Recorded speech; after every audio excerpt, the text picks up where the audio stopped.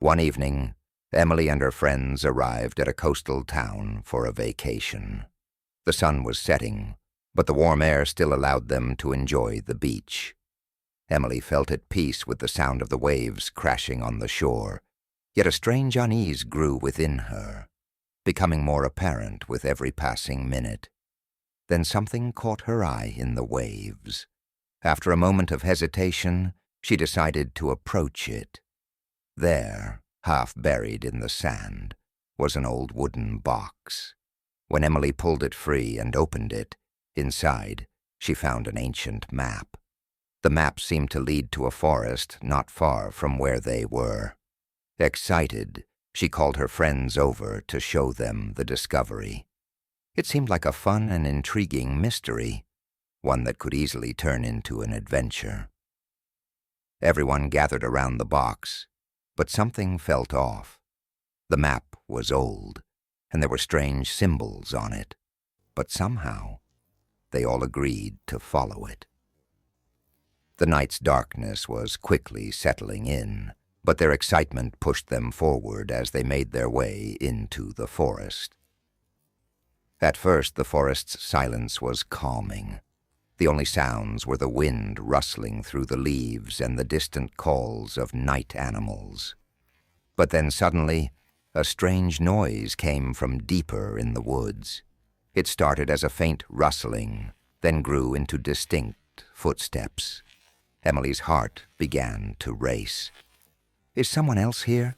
she asked, but no one answered. Her friends, too, began to sense something was wrong. Suddenly, the friend holding the map, Olivia, pointed out some strange writing on the edge of the map. "There's something here," she said, fear in her voice. The map led them to a specific point deep in the forest, marked by a peculiar symbol. With every step they took, it seemed to pull them deeper into the woods. After a while, the group stumbled upon an abandoned structure in the heart of the forest. The air felt thick with unease, but everyone decided to enter.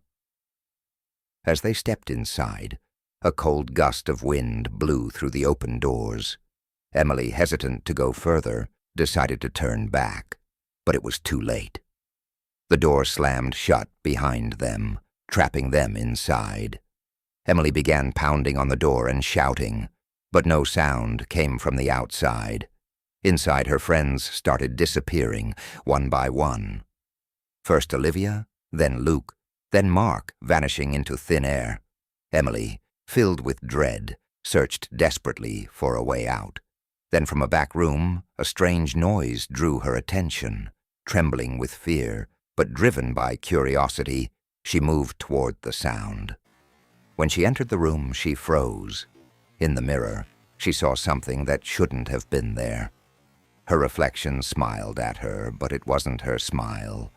It was twisted, unnatural. Turning back, she heard the sound of footsteps from every corner of the forest, getting closer and closer with each passing second. Panicked, she ran deeper into the woods, following the path shown on the map. With every step, the whispers and footsteps grew louder, the air colder. Her heart pounded as she felt something chasing her. Finally, she reached the center of the woods, the point marked on the map. She took a deep breath and made the final step. Everything went dark.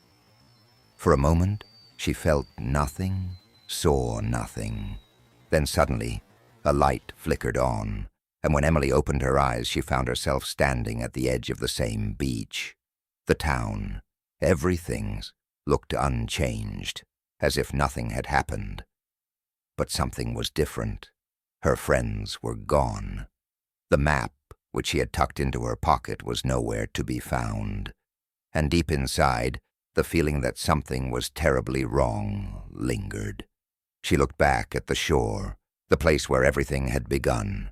It looked the same, but it no longer felt like home.